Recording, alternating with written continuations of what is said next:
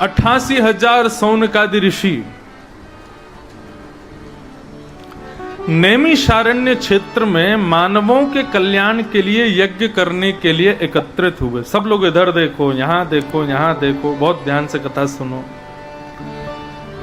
एक दूसरे से वार्तालाप आदि ये सब 7 बजे के बाद करनी है। अभी केवल हमको बैठ करके सुनो ध्यान से। 88,000 शौनकादि ऋषि हुए और ये 88,000 शौनकादि ऋषि नैमिषारण्य क्षेत्र में बैठकर के मानवों के कल्याण के लिए यज्ञ कर रहे थे। क्यों? इनको पता चल गया था कि भाई कलयुग में मानवों की स्थिति बड़ी बुरी होने वाली है, तो क्या करें हम। तब इनके गुरुजनों ने बताया, बोले कलयुग के मानवों के नाम से संकल्प लेकर के तुम नैमिषारण्य में यज्ञ करो। अच्छा, नैमिषारण्य में ही क्यों हुआ यज्ञ? ये सब बातें जानने योग्य हैं, समझने योग्य। 88,000 शौनकादि ऋषियों ने पूरी पृथ्वी पर भ्रमण किया, यज्ञ करने के लिए अच्छा स्थान ढूंढने लगे। अब जैसे बद्रीनाथ गए तो किसी ने कहा केदारनाथ श्रेष्ठ है, केदारनाथ गए तो किसी ने कहा गंगोत्री श्रेष्ठ है, गंगोत्री गए तो किसी ने कहा रामेश्वरम श्रेष्ठ है, किसी ने कहा हरिद्वार श्रेष्ठ है, किसी ने कहा वृंदावन श्रेष्ठ है।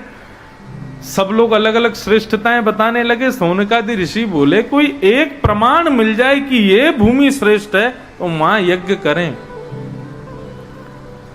तो शौनकादि ऋषियों ने कहा, बोले एक ही व्यक्ति बता सकता है कि पृथ्वी में सर्वश्रेष्ठ स्थान कौन सा है।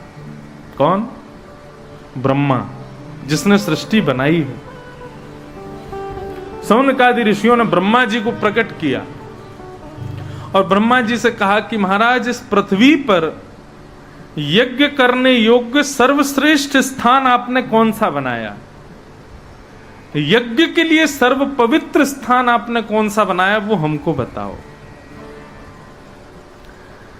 तब चतुर्भुज चतुर्मुख ब्रह्मा जी की भुजा से चक्र निकल पड़ा और ब्रह्मा जी ने कहा कि ये चक्र की निमी यानी कि नोक जिस आरण्य में, आरण्य कहते हैं जंगल को, जिस आरण्य में जाकर के गिरे, ये चक्र जिस आरण्य में जाकर के शांत हो जाए, जिस जंगल में जाके रुक जाए, वही आपके यज्ञ के लिए पवित्र है।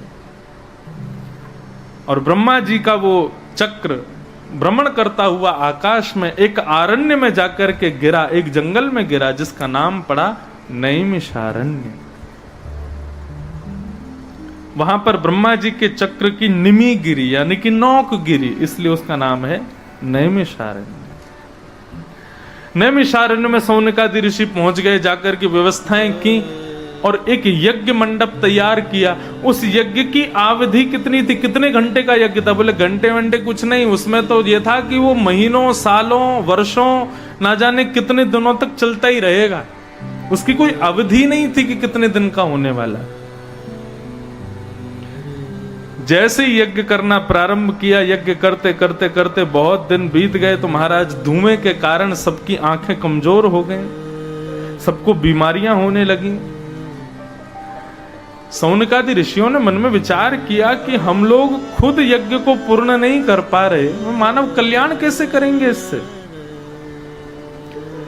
तब उन्हीं शौनकादि ऋषियों के बीच में एक परम विद्वान महापुरुष का आगमन हुआ है, जिनको भागवतियों ने भगवत भाषा में श्री सूत जी के नाम से जाना गया। सूत जी का आगमन हुआ। मैं अभी भूमिका सुना रहा हूं, इसलिए ध्यान से सुनिएगा, कहीं कोई बात छूट ना जाए। सूत जी का आगमन हुआ। किसी ने कहा, बोले अरे परम विद्वान हैं सूत जी, इनको प्रणाम करो। 88,000 ऋषियों ने जाकर के उनको प्रणाम किया। सूत जी ने पूछा क्या हो रहा है? तब उन्होंने बताया, हम लोग यज्ञ कर रहे हैं मानव कल्याण के लिए, लेकिन भगवान आप परम विद्वान सूत जी हम सबके मध्य पधारे हैं। हम आपसे पूछना चाहते हैं कि मानव कल्याण का सर्वश्रेष्ठ उपाय क्या है, वो हमें बताओ।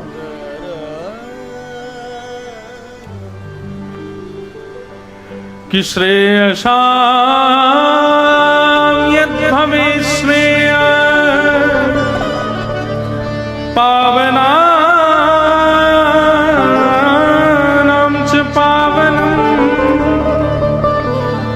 कृष्ण प्राप्ति करम सर्व साधनम तद्वदाधुना। इस कलिकाल में मानव कल्याण, अब देखो यहां पर एक मेरी बात सुनिएगा बहुत ध्यान से। आज के युग में यदि आप व्यक्ति से पूछो कि मानव कल्याण के अर्थ करो, मानव कल्याण का मतलब क्या होता है, तो आदमी का क्या उत्तर होगा पता? करोड़पति हो जाना, बढ़िया 2-4 गाड़ियां होना, बढ़िया शहर में 3 मंजिला बिल्डिंग बना लेना, घर बना लेना, सुंदर पत्नी से विवाह कर लेना, सुंदर सुयोग्य पुत्र पुत्री आदि होना। वो इसको मानव कल्याण समझता है। वो सोचता है कि इतना हो जाए, इसी में मेरा कल्याण हो जाएगा बस। मतलब सारी वो ख्वाहिशें हैं हम लोगों की, जो ख्वाहिशें एक जानवर की भी होती हैं। जानवर को क्या चाहिए? मुझे दिन में एक बार भोजन मिल जाए, मेरी पत्नी मेरे साथ रहे, मेरे बच्चे मेरे पास रहें, रात्रि को चैन से हम सो जाया करें, सुबह उठ के फिर भोजन ढूंढ के खा लिया करें, पत्नी प्रसन्न रहे, बच्चे खुश रहें, रात को फिर सो जाएं। यही सारी ख्वाहिशें हम मानवों की भी। तो हम में और जानवरों में अंतर कहां रह गया?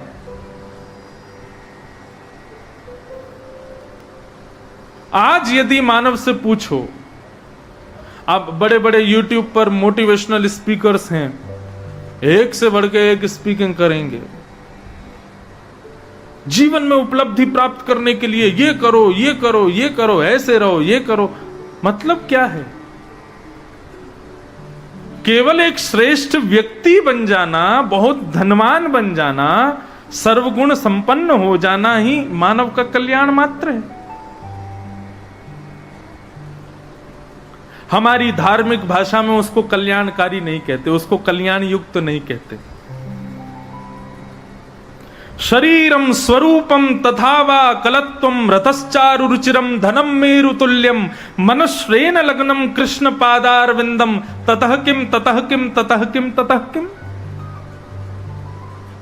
सुंदर शरीर है, सुंदर स्वरूप है, सुंदर पत्नी है, मेरु पर्वत के समान धन है, बहुत सारी घर गाड़ियां हैं, लेकिन इन सब के होने के बाद भी मनश्रेण लग्नम कृष्ण पादारविंदम, मन यदि कृष्ण पादारविंदों में नहीं लगा है तो शरीर, स्वरूप, धन, वैभव, पत्नी सब व्यर्थ है। आप एक बात बहुत ध्यान से सुनिएगा, इधर देखो सब लोग, देखो हम ना इतना बढ़िया मंच बनवाया है और बढ़िया साफ सुथरे सुंदर नीट एंड क्लीन बन के हम भी बैठे हैं, ताकि इसलिए आप लोग हमको देखो, कथा सुनो, इसलिए ध्यान भटकाओ नहीं, बार बार बहुत ध्यान से सुनो। आज का मानव जिसको कल्याण कहता है, धन होना, पत्नी होना, बच्चे होना, घर होना, व्यापार होना, बहुत पैसा होना, बहुत सारी गाड़ियां होना, अगर इसको कल्याण कहते हो तो ये सब कुछ रावण के पास था। धन भी था, सोने की लंका नगरी थी उसकी। ऐसा नहीं है कि रावण का छोटा सा महल था, बाकी की नगरी में लोग रहते थे। रावण का पूरी नगरी थी, उस नगरी पे रेंट पे लोग रहते थे, उसका तो पूरी लंका ही उसकी थी। शरीर, महाराज शरीर ऐसा था कि जब रावण चलता था तो बड़े बड़े मल्ल, बड़े बड़े योद्धा, बड़े बड़े पराक्रमी छुप करके बैठ जाते थे, रावण आ रहा है। हमारे पूज्य नाना जी, मेरे पूज्य नाना जी पंडित श्री कृष्णलाल शास्त्री, जिन्होंने भागवत और रामायण आदि के बचपन से मुझे कई कथाएं सुनाई, वे एक जगह वर्णन भी कर रहे थे, बोले रावण ऐसा नहीं था जैसा आजकल सीरियलों में दिखाते हैं, मोटा ताजा बुरा सा, नहीं, बहुत स्वरूपवान भी था। रावण का स्वरूप भी अच्छा था। मंदोदरी, उसकी पत्नी भी सुंदर थी। हनुमान जी जब सीता जी का पता लगाने के लिए गए तो एक बार को मंदोदरी को देख करके हनुमान जी रुक गए, कहीं ये सीता जी तो नहीं? सुंदर तो थी, लेकिन उसके आव भाव नैनों के चाल से हनुमान जी समझ गए कि ये हमारी किशोरी जी नहीं हो सकती, मेरी मां नहीं हो सकती। सुंदर थी, रावण के पास धन था, रावण के पास सुंदर पत्नी थी, उसका सुंदर शरीर था, स्वरूप था, उसके बच्चे एक से बढ़कर के एक।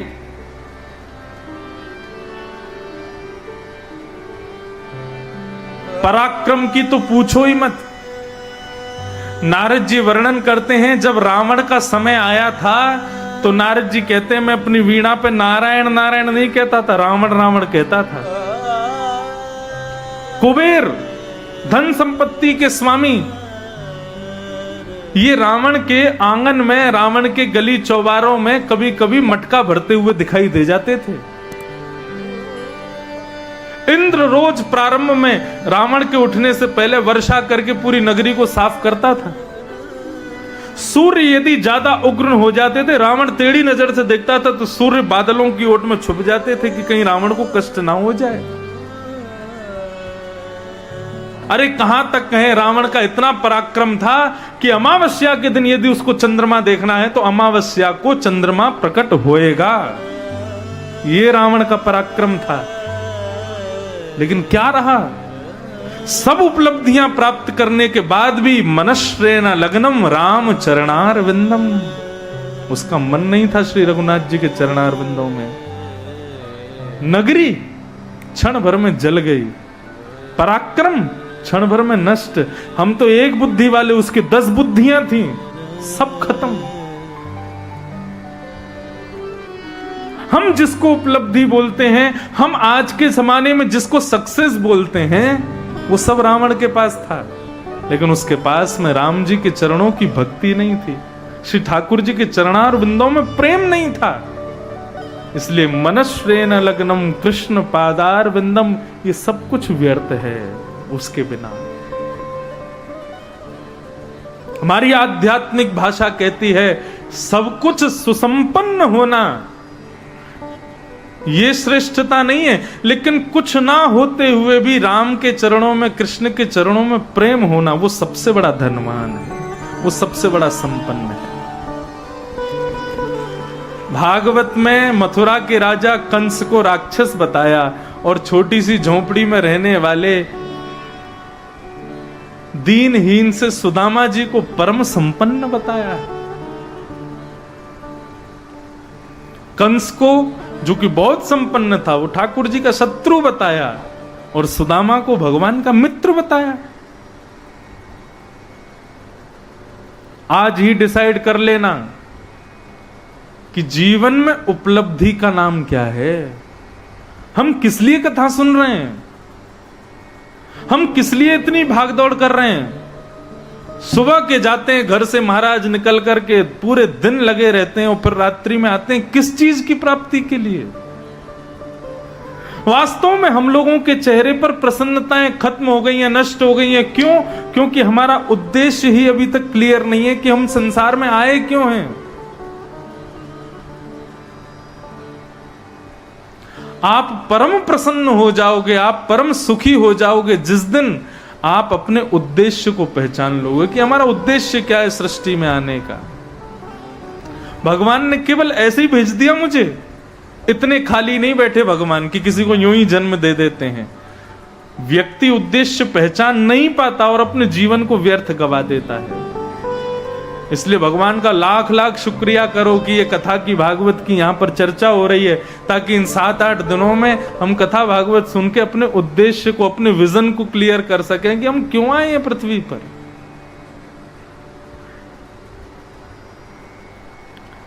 सौनकादि ऋषियों को सूत जी ने कहा,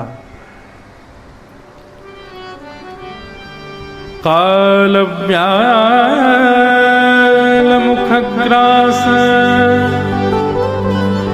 त्रासने नासहे तवे श्रीमद्भागवतं शास्त्रम कलौकीरेण भाषितम्। हे सौनकादि ऋषियों, आप लोग पूछ रहे हैं कि मानव कल्याण का श्रेष्ठ से श्रेष्ठ उपाय हमको बताओ। आप लोग ये 1000 वर्षों में पूर्ण होने वाला यज्ञ भी करोगे तो भी मानव कल्याण नहीं हो पाएगा। क्यों? क्योंकि सतयुग, त्रेता, द्वापर, इन 3 युगों में तो राक्षस बाहर होता है। सतयुग का राक्षस कौन था? हिरण्याक्ष और हिरण्यकश्यप। उसके नाम में 4 अक्षर हैं। त्रेता में राक्षस 3 अक्षरों वाला रावण। द्वापर का राक्षस 2 अक्षरों वाला कंस। और कलयुग में राक्षस बाहर नहीं है, हम सबके भीतर है। कौन? मैं। 1 अक्षर, अहंकार। और इस अहंकार रूपी राक्षस को यदि मारना है तो वो यज्ञ उसमें कुछ कर नहीं पाएंगे। ज्यादा से ज्यादा इन यज्ञों से तुम इन 8 अरब जनता में से कुछ लोगों का कल्याण कर लोगे, लेकिन इन लोगों के भीतर बैठे हुए इस राक्षस को यदि मारना है तो इनके कर्ण रंध्र से प्रवेश करना पड़ेगा भीतर। और कर्ण रंध्र से प्रवेश केवल एक ही माध्यम से किया जाता है। बोले श्रीमद् भागवतम शास्त्रम कलौ कीरेण भाषितम। ये भागवत शास्त्र उसके कर्ण रंध्र से प्रवेश करेगा और उसके अंतःकरण के राक्षस को नष्ट कर देगा। बंधुओं, एक मेरी बात, कल मेरे को एक ऐसी चिंतन चल रहा है, वैसे तो मैं बोल चुका हूं पहले भी कथाओं में। कलयुग में भगवान का अवतार किस नाम से होगा? भगवान का जो 24वां अवतार है उसका नाम क्या है? क्या नाम है? कल्कि अवतार। सुना है ना नाम? लोग बोलते हैं कि कलयुग के अंत में, कलयुग जब समाप्त होने वाला होगा तब भगवान कल्कि अवतार धारण करके आएंगे। कल्कि अवतार के बारे में भागवत में भी वर्णन है। विष्णु शर्मा नाम के व्यक्ति होंगे दक्षिण भारत में, उनके यहां पर भगवान गौर वर्ण के रूप धारण करके आएंगे। ऐसा ऐसा पूरा लिखा है भागवत में। भगवान कल्कि बन के आएंगे, लेकिन इस कलयुग में राक्षस कौन है? सतयुग, त्रेता, द्वापर में तो राक्षस आए थे और वो कथा भी बड़ी प्रसिद्ध है कि जय विजय ही राक्षस बनकर के आते थे, भगवान उनके संहार के लिए आए। लेकिन कलयुग में भी तो कोई राक्षस होगा, और राक्षस कौन है?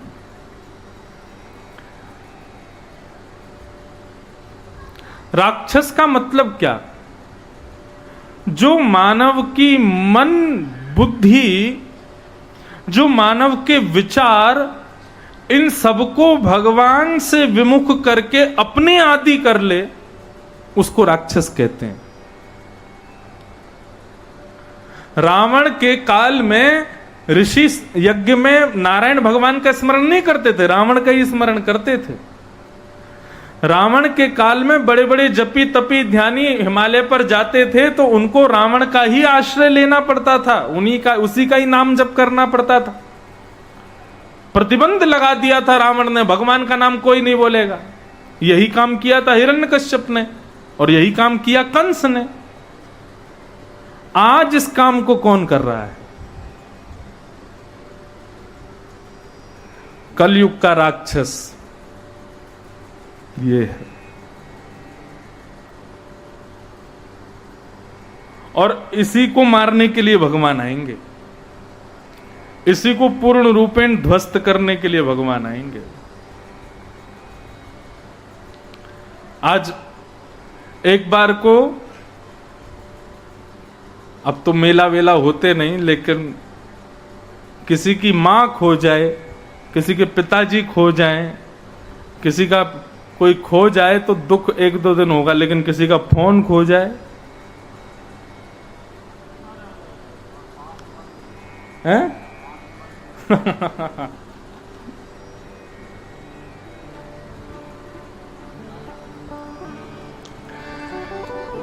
फोन खो जाए तो व्यक्ति के चेहरे की मुस्कुराहट चली जाती है। प्रातकाल उठ के रघुनाथा, मात पिता गुरु नावहि माथा। वर्णन करते हैं गोस्वामी तुलसीदास जी, रघुनाथ जी प्रातःकाल उठते ही माता पिता गुरुजनों को प्रणाम करते हैं। और हम लोगों की स्थिति, प्रातःकाल उठ के हम सब भ्राता मोबाइल को नवाते हैं अपना माथा, अपने बिस्तर पर, अपने चार्जिंग पॉइंट पर, अपने तकिया के नीचे ढूंढते हैं, कहां गया मेरा प्राणेश। ये प्राणेश ही तो है हम सबका। हमारी मन बुद्धि सब इसी के आदी हो चुके हैं।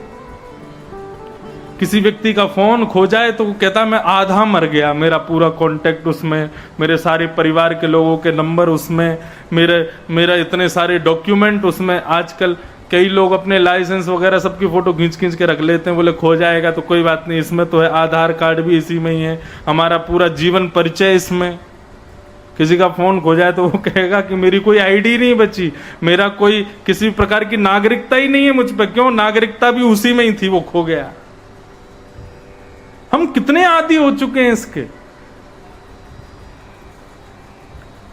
कभी कभी ऐसा लगता है, एयरपोर्ट पर आप जाओ कभी तो, अगर फ्लाइट में थोड़ा समय हो, वेटिंग हॉल में बैठोगे, सबकी गर्दनें नीचे, सबका सिर और गर्दन नीचे होगी और सब अपने फोन में बस लगे हैं ऊपर नीचे करने में। बस क्या है, कौन क्या कर रहा है, कौन क्या नहीं कर रहा है, कहां चल रहा है, क्या नहीं चल रहा है, बस इसी में ही लगे रहते हैं पूरे दिन। हमारे पिताजी महाराज बहुत कम चलाना जानते हैं। कभी कभी एयरपोर्ट पर बैठते हैं तो केवल वही ऐसे होते हैं जिनकी गर्दन ऊपर होती है, बाकी सब नीचे। एक दिन कह भी रहे थे, हमको फोन नहीं आता, इस बात का एक बहुत बड़ा एक प्रमाण है लाला, एक बहुत बड़ी खुशी है। क्या? कि एयरपोर्ट पर सबके सिर झुके हुए, हमारा उठा हुआ, सबका सर झुका दिया इसने। कभी कभी लगता है कि भगवान कल की, वो एक ऑप्शन होता है ना आईफोन्स में, इरेज एवरीथिंग, है ना, वो सब कुछ मिटा दो, डिलीट एवरीथिंग, उस पर गलती से भी अंगूठा रख दिया तो सब खत्म हो जाएगा फोन के अंदर। ऐसे ही कल की और क्लिक, इन दोनों में ज्यादा अंतर नहीं, भगवान क्लिक के रूप में ही आएंगे और एक बस डिलीट ऑप्शन मारेंगे, पूरे विश्व भर के जितने फोन हैं सब वहीं के वहीं धराशायी हो जाएंगे। और हमको लगता है जिस दिन विश्व भर के सारे फोन नष्ट हुए उसी दिन कलयुग का समाप्त हो जाएगा, सतयुग प्रारंभ हो जाएगा। ये कोई मैंने ना शास्त्रीय बात नहीं करी है, मैंने कोई शास्त्र सम्मत बात नहीं करी है, ये मैं अपनी बुद्धि से कह रहा हूं। और ऐसा नहीं है कि आप लोगों को ब्लेम कर रहा हूं कि आप ही आदी हो, अरे हम खुद आदी हो गए इसके। जब नारद जी आदी हो सकते थे रावण के, तो हम व्यास क्यों नहीं होंगे? हम भी हो गए। भगवान इसी को मारने आएंगे।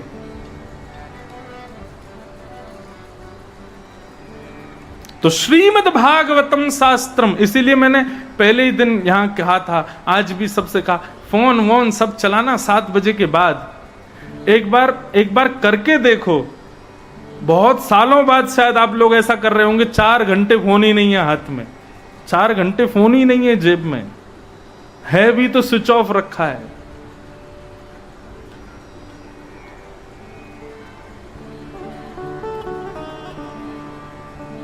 श्रीमद् भागवतम शास्त्रम कलौ कीरेण भाषितम्। हम सबके भीतर ये मैं रूपी राक्षस है, उसको भागवत शास्त्र से ही नष्ट किया जाएगा।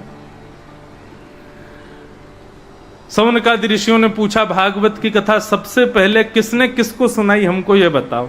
तो कहा कि महाराज ये भागवत की कथा सबसे पहले सनक सनंदन सनातन सनत कुमार, ये भगवान के प्रथम अवतार हैं, याद कर लेना, भगवान के प्रथम अवतार सनक सनंदन सनातन सनत कुमार, ये 4 भाई हैं। छोटे से इनका स्वरूप 5 वर्षीय रहते हैं, ये भगवान के प्रथम अवतार। इन्होंने ये भागवत की कथा सबसे पहले भक्ति ज्ञान वैराग्य और श्री नारद जी को सुनाई। तब सौनकादि ऋषियों ने प्रश्न किया, बोले नारद जी को तो श्राप लगा है कि वो एक जगह टिक नहीं सकते, 7 दिन एक जगह बैठ करके उन्होंने कथा कैसे सुनी? हमको इसका पूरा विस्तारीकरण बताइए। तब उन्होंने बताया, एक बार नारद जी महाराज बद्रीनाथ गए और बद्रीनाथ में उनको सनक सनंदन सनातन सनत कुमार मिले। सनत कुमार ने नारद जी को देख करके कहा, कथम ब्रह्मन दीन मुखम कुतश्चिंता तुरो भवान। नारद जी, चेहरे से बड़े चिंता में लग रहे हो, क्या बात है? इतने दुखी क्यों हो, इतनी चिंता में क्यों? नारद जी महाराज कहने लगे, बोले क्या करूं भगवान, अहम तुम पृथ्वीं यातो ज्ञात्वा सर्वोत्तमामिति पुष्करं च प्रयागं च काशीं गोदावरीं तथा। नारद जी महाराज कहते हैं, बोले महाराज मैं दुखी इसलिए हूं कि मैं पृथ्वी को बहुत अच्छा जान करके, पृथ्वी को बहुत सुंदर जान करके इस पर घूमने के लिए आया था। तो क्या हुआ? बोले मैं तीर्थों में गया। कहां कहां गए? बोले पुष्कर गया, प्रयागराज गया, रामेश्वरम गया, बद्रीनाथ गया और ये हरिद्वार गया, सब जगह गया। तो अच्छा नहीं लगा? बोले अच्छा? बोले बाहर से देखने में सब अच्छा है, लेकिन उनकी गहराई में जाकर के देखा तो महाराज यहां तो बड़ा घोटाला चलता है। तानपुरा कम क्यों? ये बंधु आज की बात नहीं है। 5,000 तो कम बोल रहा हूं, और पहले की बात होगी। उस समय पर नारद जी महाराज कह रहे हैं कि मैं तीर्थों में गया, लेकिन मुझको वहां सुनने में क्या मिला? क्या मिला? बोले सत्यम नास्ति तपः शौचम दया दानम न विद्यते। कोई भी सत्य नहीं बोलता, सब झूठ बोलते हैं इस पृथ्वी पर। सत्यम नास्ति और तपः शौचम। लोग भजन नहीं करते, केवल दिखावा करते हैं भजन करने का। लोग मंदिर में ठाकुर जी को प्रणाम करने नहीं जाते, अपनी अपनी अर्जियां लेकर के जाते हैं, अपनी अपनी ख्वाहिशें लेकर के जाते हैं कि हे नाथ इसको पूर्ण कर दो। बुरा मत मानिएगा, लेकिन बहुत स्पष्ट रूप से कहूं, रात में जागरण होंगे, अभी नवरात्रि आने वाली है, कीर्तन होना चाहिए, भजन होना चाहिए, लेकिन जगरातों में क्या होता है? मैया मनोकामना पूर्ण कर दे, हलवा बांटूंगी। मैया पीछे बैठे बैठे कहती होंगी नहीं करूंगी तो नहीं बांटेगी।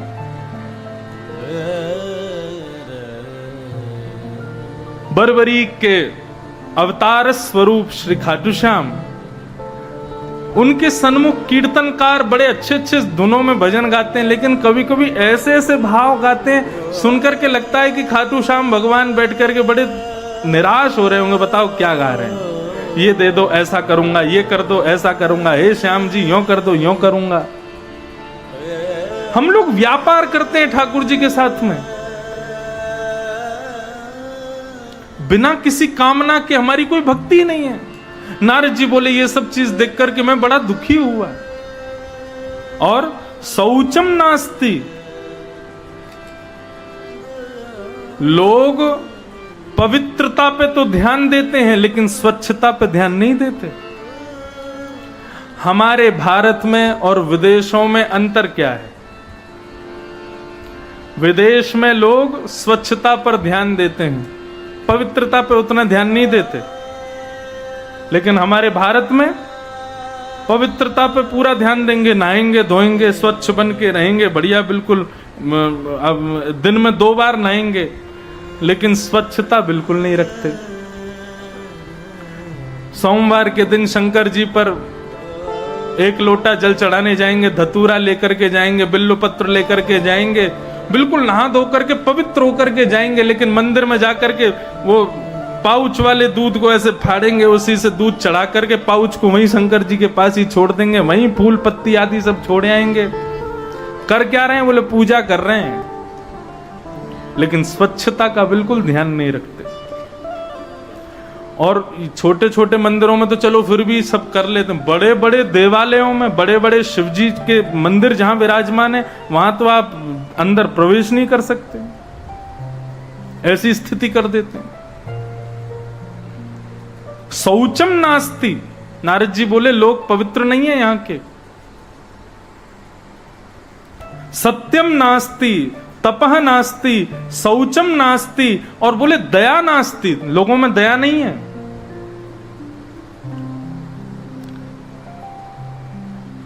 सर्दियों के समय में हमारे दिल्ली क्षेत्र पास पड़ता है, वहां रात्रि में कई लोग कंबल बांटने के लिए निकलते हैं, कंबल देने के लिए जाते हैं, और दूसरे दिन फिर क्या करते हैं, कंबल बांट करके फोटो खिंचवा के दूसरे दिन अखबार में छपवा देते हैं, बोले रात में हमने इतने कंबल बांटे।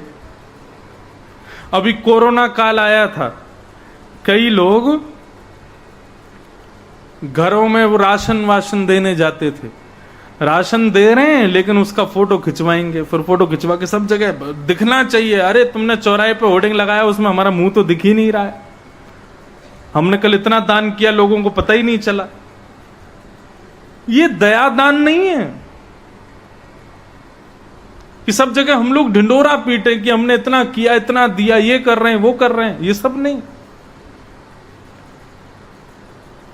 हमारे भक्तिपथ सेवा संस्थान की गौशाला चलती है वृंदावन में, लेकिन आप कभी भी हमारी किसी कथा में नहीं सुन सकते कि उस गौशाला के लिए 1 रुपया भी मांगते हो या उसके लिए कहीं से कोई प्रचार होता हो। ऐसा नहीं है कि मैं किसी मंच का विरोध कर रहा हूं कि वहां पर गौशालाओं के लिए दान देना ही चाहिए, आजकल गौ माता सबसे ज्यादा कष्ट में है, लेकिन हम अपनी और पिताजी की बात कहते हैं। हमारी भागवत पीठ से कभी भी नहीं कहा जाता, हमने अलग तरीका अपनाया है कि हमको जो प्राप्त होता है दक्षिणा स्वरूप में, उसमें से गौ माता का हम लोग निर्वहन करते हैं।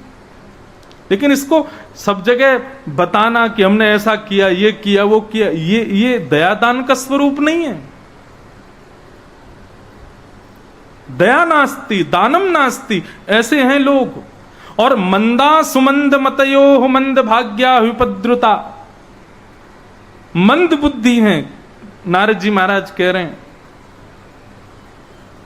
शालको बुद्धिदायक, यहां पर इतनी सारी बातें लिखी हैं कि यदि मैंने सब पढ़ दी ना तो बस फिर ये लगेगा महाराज जी आपने आज बहुत बहुत डांटा हम लोगों को। मैंने कहा मैं डांट नहीं रहा हूं, मैं बता रहा हूं कलयुग की सच्चाई क्या है।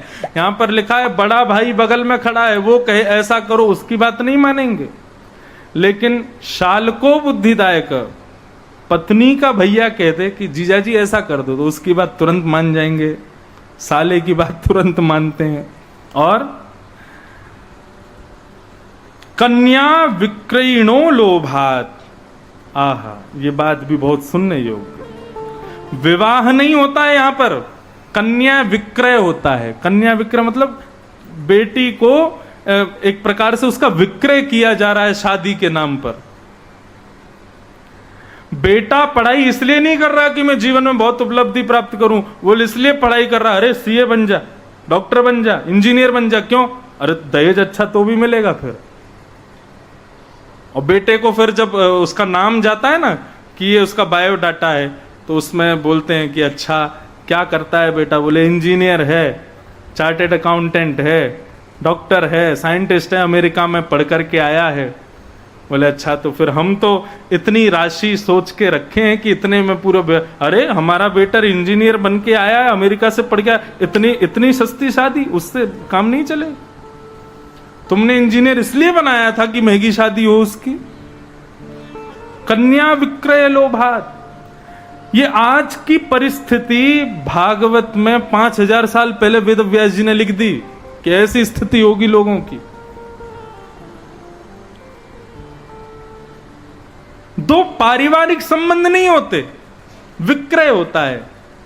हमारी बेटी इतने धन लेकर के आएगी तो उसको वो परिवार, फलाना परिवार पास आउट करेगा, फिर उससे शादी होगी, ये विक्रय तो हुआ।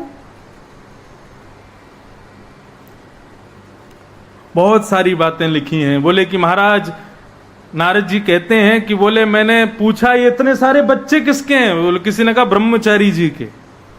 नाम ब्रह्मचारी और हैं क्या बच्चे?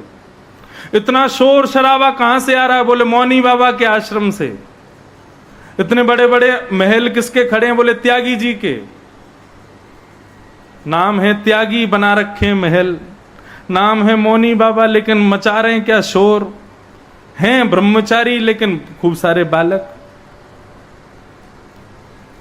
बिल्कुल विचित्र है ये कलयुग की सृष्टि। इन सबको देख करके नारद जी के सिर में दर्द होने लगा। नारद जी भ्रमण करते करते बद्रीनाथ पहुंचे।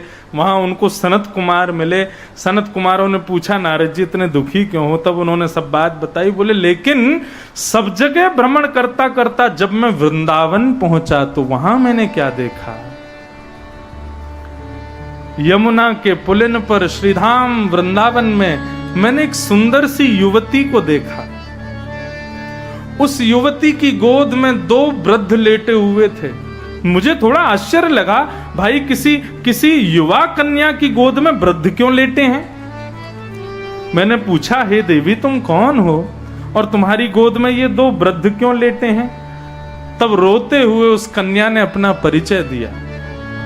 क्या कहा? अहम भक्ति ख्याता इमो में तनयो मतऊ। मैं भक्ति हूं और ये दोनों मेरे पुत्र हैं। नारद जी बोले माई बाप, माता जी युवान और दोनों बालक बुढ़े, ये कैसे संभव हो सकता है? तब भक्ति महारानी ने कहा कि कलयुग का प्रभाव है। कलयुग में भक्ति सब करते हैं, इसलिए मैं युवान हूं, लेकिन ज्ञान वैराग्य से किसी को मतलब नहीं है।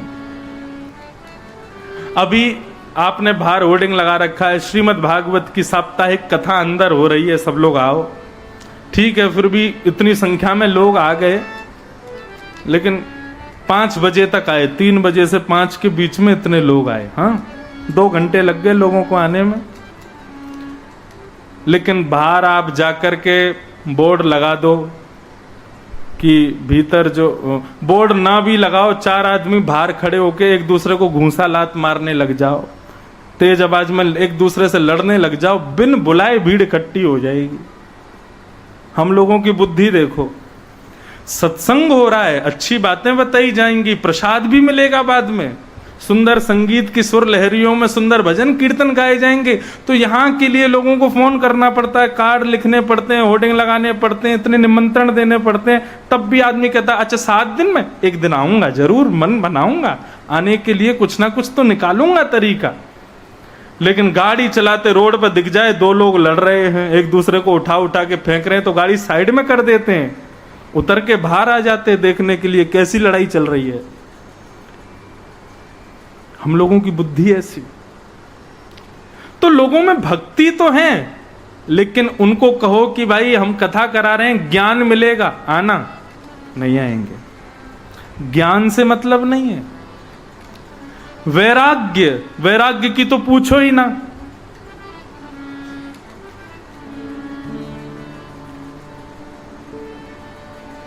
ट्रेन में माता पिता अपने बालक को दूध पिला रहे थे, बालक नहीं पी रहा था, तो ऊपर वाली बर्थ पर एक महात्मा लेटे हुए थे। एक व्यक्ति गया, उनके पैरों में प्रणाम करने लगा। बोले क्या हुआ भैया, इतना प्रणाम क्यों कर रहे हो? बोले मैं इसलिए प्रणाम कर रहा हूं, मेरे बालक को आप थोड़ा आंख निकाल के देख दीजिए।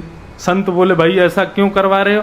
बोले वो दूध नहीं पी रहा, तो मैंने उसको बोला कि यदि तूने दूध नहीं पिया तो ये बाबा तुझे पकड़ ले जाएंगे, तो आप उसको थोड़ा भय दिखा दो। संत महात्माओं से तो हम बालकों को डराते हैं, जब बाबा जी जा रहे हैं तो उसको पकड़ ले जाएगा, तूने ये नहीं किया तो ये हो जाएगा।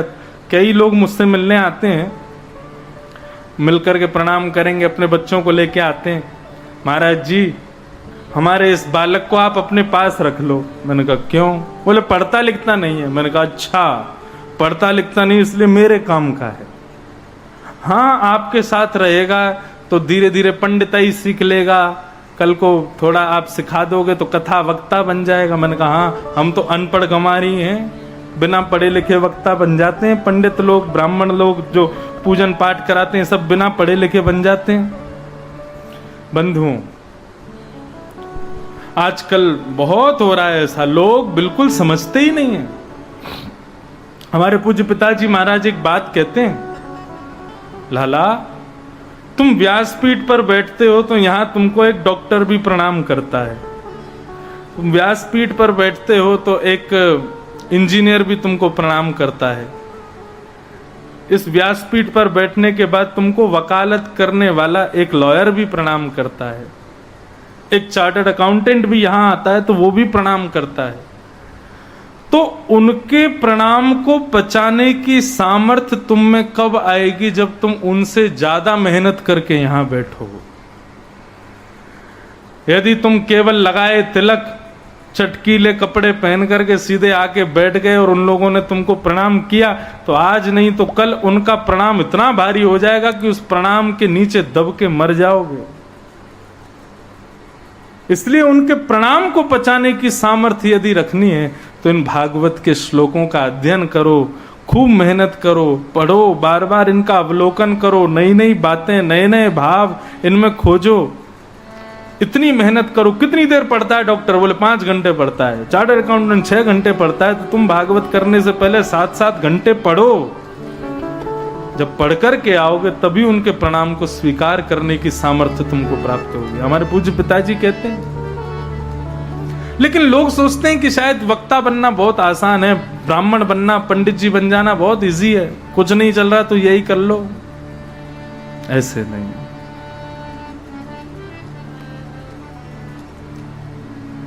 ये वेशभूषा, ये तिलक, ये व्यासपीठ जितना प्रणाम करवाती है उतनी जल्दी नीचे गिराती भी है, यदि इसके योग्य नहीं बने तो।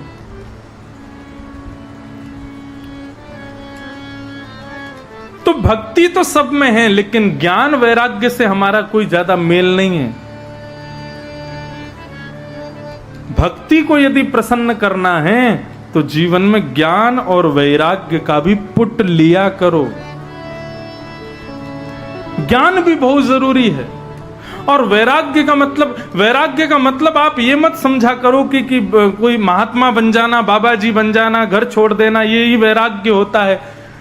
घर छोड़ने वाला वैरागी है, लेकिन घर में रहते हुए सबके प्रति ममत्व ना रखने वाला वो बाबा जी से भी बड़ा वैरागी है। घर में रहता है, पत्नी बच्चों में, परिवार में इतनी ज्यादा ममत्व नहीं रखता, वो बाहर के संतों से भी बड़ा संत है। इसलिए ज्ञान वैराग्य का जीवन में होना बहुत जरूरी है। भक्ति महारानी दुखी होकर के नारद जी महाराज से कहने लगी, मेरी प्रसन्नता खोजो प्रभु, कहां से मिलेगी? तब नारद जी ने उनको बताया कि वृथा खेद ऐसे वाले, अहो चिंता तुरा कथम, श्री कृष्ण चरणाम भोजन स्मरत दुखम गमिष्यते। हे भक्ति महारानी, तुम इतना दुखी क्यों होती हो? भगवान कृष्ण का स्मरण करो, उनके चरणों का स्मरण करो, सब दुख अपने आप दूर हो जाएंगे।